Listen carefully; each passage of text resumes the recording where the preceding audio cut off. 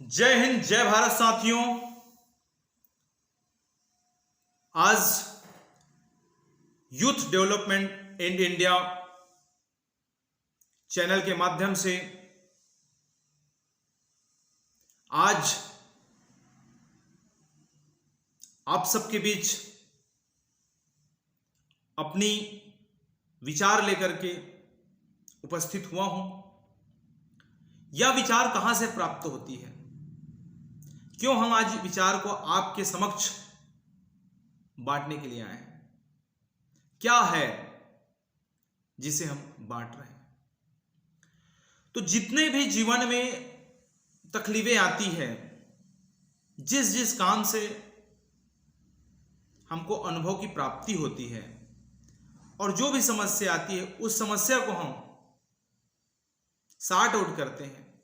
और sort out हमारे जीवन में कैसे हुआ, वो हमारे जीवन की अनुभव बन जाती है। उसी अनुभव को इकट्ठे करके, क्योंकि हम आज भी सीख रहे हैं और पूरी मृत्यु तक हम सीखते ही रहेंगे, कभी सीखना बंद नहीं होगा।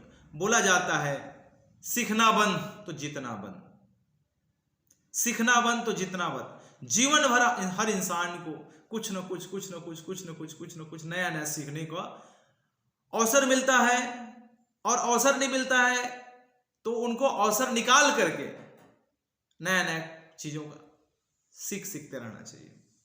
तभी जीवन जो है आसान होती है। माय डियर फ्रेंड्स, मैं हूं जादूराम साहू और आज लाइफ कोच के रूप में आपके समक्ष उपस्थित हुआ हूं। मुझे बड़ा गर्व है कि मेरा भारत देश बदल रहा है, मेरा भारत देश बदल रहा है। सोशल इंडिया में बदलाव आ गया है, डिजिटल इंडिया में बदलाव आ गया है, सोच विचार में बदलाव आ गया है। लेकिन सबसे बड़ा चीज मेरे दोस्त, माय डियर फ्रेंड्स, हमको यह सोचना चाहिए कि हमारा अगर इस पृथ्वी में जन्म हुआ है तो क्यों हुआ है, किस लिए हुआ है, और हम इस पृथ्वी में क्या कर रहे हैं। माय डियर फ्रेंड्स, बात सच्चाई है पर कड़वी है, बात सच्चाई है पर कड़वी है, क्योंकि जन्म हो चुकी है और 101% कुछ दिनों बाद कोई गारंटी भी नहीं है कब हो जाएगी, लेकिन मृत्यु तो होगी दोस्त। लेकिन उससे पहले जो हमारी जिंदगी है, उस जिंदगी में हम क्या कर रहे हैं, किसके लिए सोच रहे हैं, क्या हम कुछ भारत के उत्थान के लिए कर सकते हैं, भारत के विकास के बारे में सोच सकते हैं। माय डियर फ्रेंड्स, स्कूल और कॉलेज में सिर्फ जॉब आपको कैसे मिले, नौकर बनने की पाठ पढ़ाया जाता है, आपको मालूम होना चाहिए। और अगर हम पूरा भारत देश के हर वासियों को लगता है कि हर को गवर्नमेंट जॉब, हर को प्राइवेट जॉब मिल जाएगा, नो माय फ्रेंड्स, नो। क्योंकि इस भारत की बेरोजगारों की जनसंख्या इतनी ज्यादा है। अभी फिलहाल एक छोटा सा एग्जाम गवर्नमेंट डिपार्टमेंट ने कराया, प्यून का पोस्ट निकाले थे, लेकिन सीजीपीएससी को लेना पड़ गया और सीजीपीएससी में 91 पोस्ट निकाले थे। उस 91 पोस्ट के लिए 2,51,000 लगभग कैंडिडेट अप्लाई किए थे। बताइए, 91 जॉब के लिए, वो भी प्यून बनने के लिए। बताया जा रहा था कि उसमें post graduate, MTech, BTech, MBA वाले भी अप्लाई किए हैं,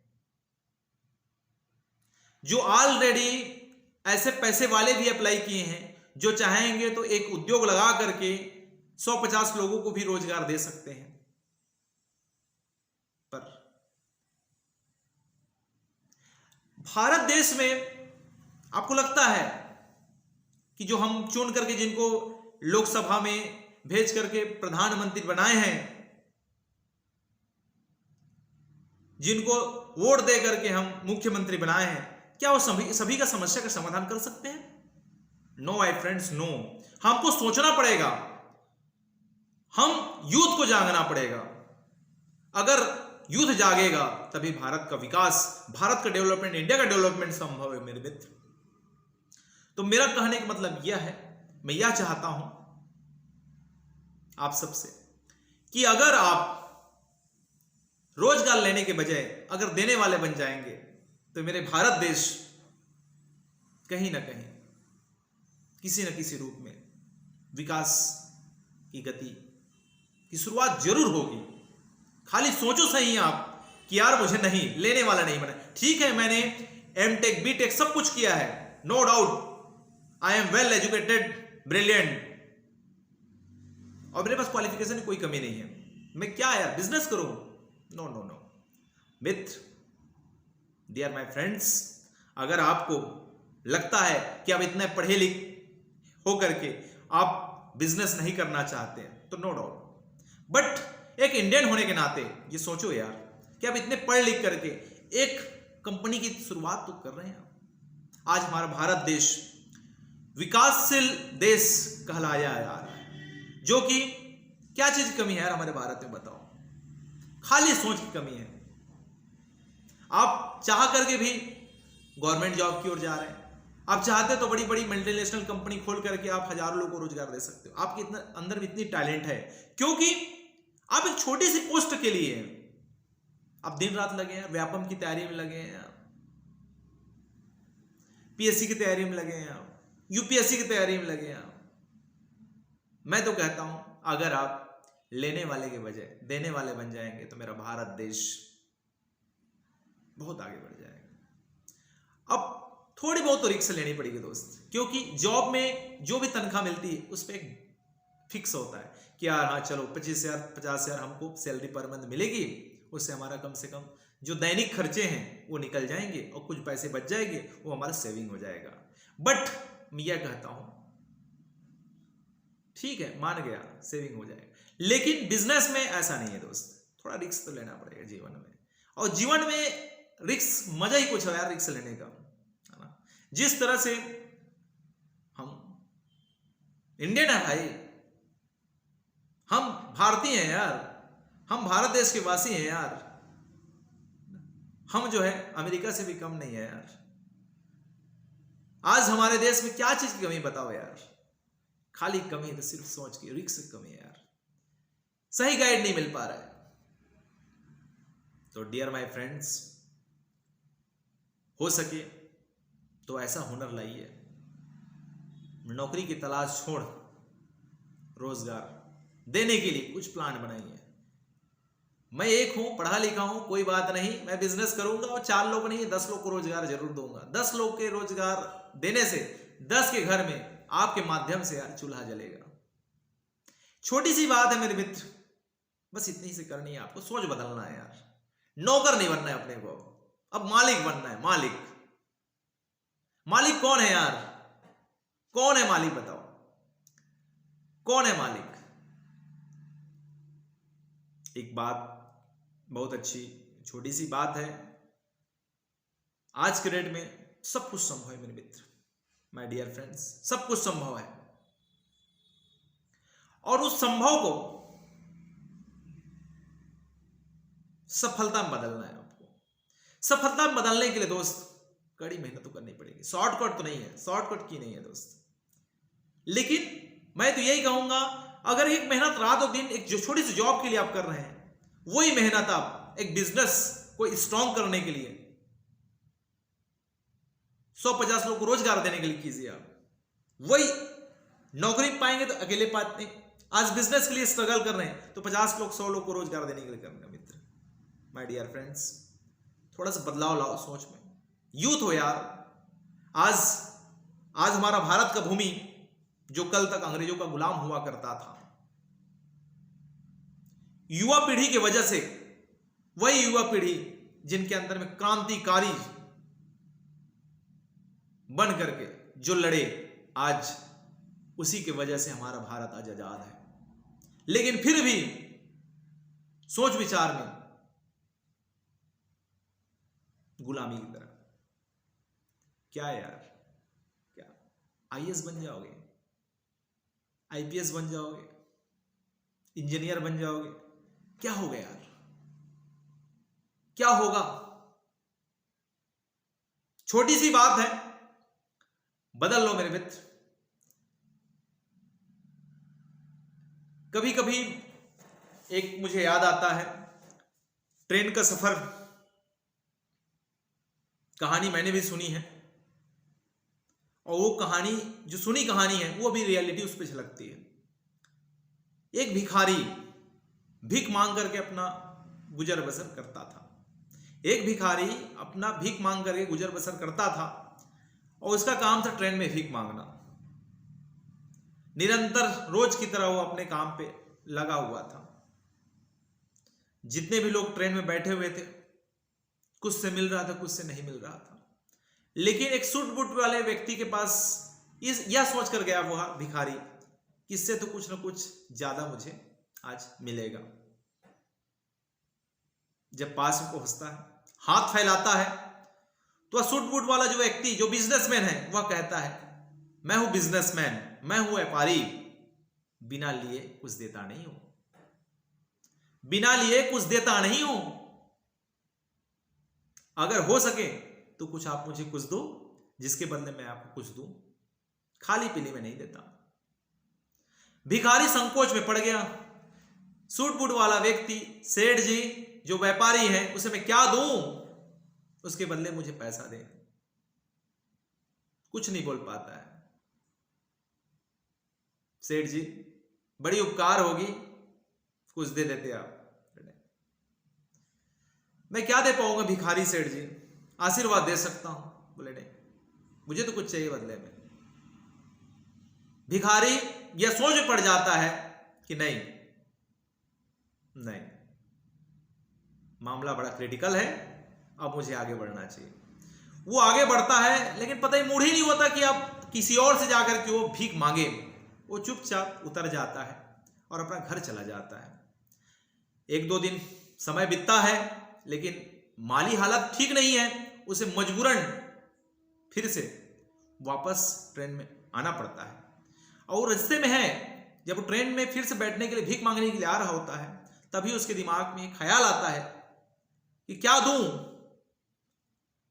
कल तो एक सेठ जी ने मुझे रोका भीख देने से, क्या मालूम आगे भी कोई और रोक सकता है। क्या दूं भीख के बदले में? आशीर्वाद तो देता ही हूं, लोग लेते ही आशीर्वाद, पर ऐसा क्या चीज मैं दे सकता हूं जिससे भीख मांगने में मुझे आसानी हो। बड़ा चिंतन करता है, बड़ा भिखारी सोचता है। वहीं पर घास फूस में खिले खिले कुछ फूल दिखाई देते हैं। लगता है अब तो यही फूल से मेरा काम हो जाएगा, अब इसी फूल से मेरा काम चल जाएगा। जो भी कुछ देंगे उसके बदले में से फूल वो दूंगा।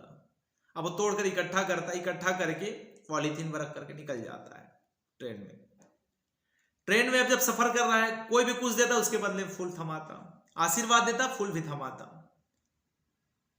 लोगों को बड़ी प्रसन्नता होने लगी कि देखो, कुछ देते हैं उसके बदले में हमको फूल मिलता है। एक दिन वही ट्रेन, वही सफर, वही भिखारी, वही सेठ, फिर से भेंट मुलाकात हो जाती है।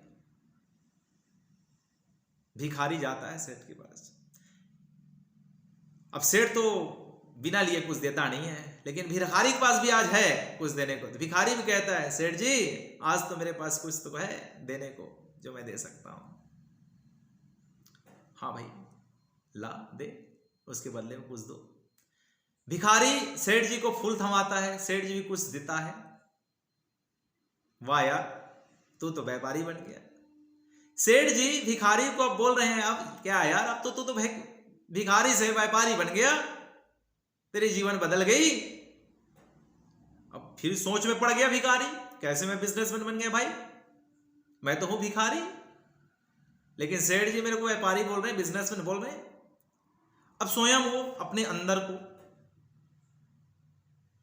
झांकने लगा तीसरा नेत्र से, क्योंकि दो हमारे नेत्र जो ऐसे हैं जो दुनिया को देखता है, तीसरा नेत्र है जो हमारे अंदर को देखता है। जब तीसरे नेत्र से अपने अंदर को देखा उन्होंने, तो जीवन में तो एक बड़ा क्रांति आ चुका था। अब उस क्रांति को आग देनी थी, बदलना था। दिनचर्या बस यूं ही फूल देता, लोगों से लेता, फूल देता, लोगों से लेता। धीरे धीरे करते करते करते करते एक ऑफिस डाले, ऑफिस से 4 लोग को रोजगार दिया, 4 लोग को रोजगार दे करके 4 लोग को अलग अलग ट्रेनों में भेजता। फूल देते, पैसे लेते, फूल लेते, पैसे लेते। और वो जो 4 लोग रखे थे वो भी भिखारी थे जो भीख मांगते थे। देखिए बड़ा क्रांति आ रही है। ऐसे करते करते करते करते आसपास में जितने भी खेत जो फूलों के होते हैं वहां से फूल मंगाना चालू किए। फिर भी फूलों की पूर्ति नहीं हो रही थी, तो बड़ी शहरों से, कलकत्ता जैसे शहर से फूल आना शुरू हुए। अब वो भिखारी सेठ जी बन चुके थे। उसके अंडर में वो ट्रेन में अब नहीं जाया करते थे, अब बकायदा वो बैठ करके फूलों के ऑर्डर लिया करते थे, फूलों मंगाया करते थे। और जो अपने जो रोजगार जो जिन्होंने दिए हुए थे, जिन भिखारियों को रोजगार दिए हुए थे, वो भिखारी भी नहीं रहे, वो भी कहीं ना कहीं पर व्यापारी का ही काम कर रहे हैं, देना और लेना। इस तरह से भिखारी के जीवन में एक सिर्फ कुछ लिए बिना देता नहीं, एक मायने रखता, एक छोटा सा शब्द क्लिक कर गया और देखते देखते भिखारी बिजनेसमैन बन गया। एक ट्रेन का सफर वही था, भिखारी भी सूट बूट में और सेठ जी सूट बूट में, एक ट्रेन, एक डिब्बा, और बस आमने और सामने बैठे हुए थे। भिखारी बोलते हैं जो आज सेठ जी बन गए हैं, बोलते हैं भिखारी जो बिजनेसमैन बन गए हैं, जो सेठ जी बन गए, वो बोलते हैं सेठ जी आपने पहचाना मुझे? बोले नहीं, मैं वही भिखारी हूं जिनको आपने भीख देने से मना कर दिया था। अब आज मैं फूलों का व्यापारी बन गया हूं और फूल की खरीदारी के लिए मैं कलकत्ता जा रहा हूं।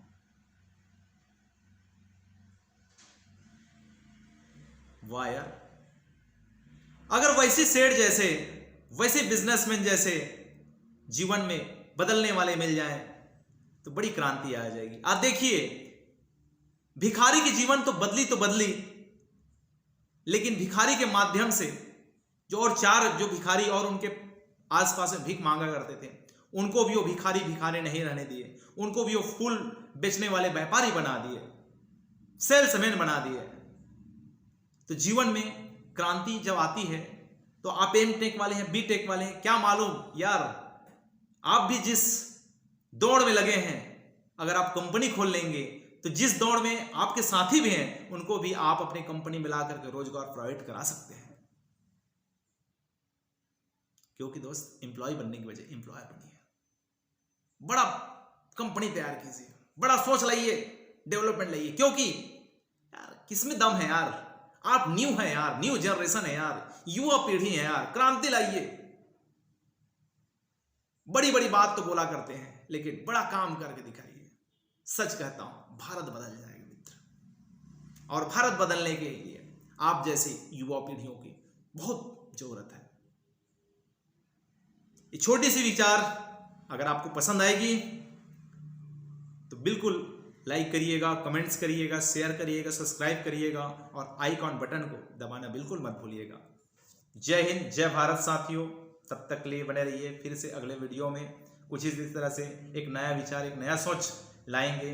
तब तक के लिए जय हिंद, जय भारत साथियों।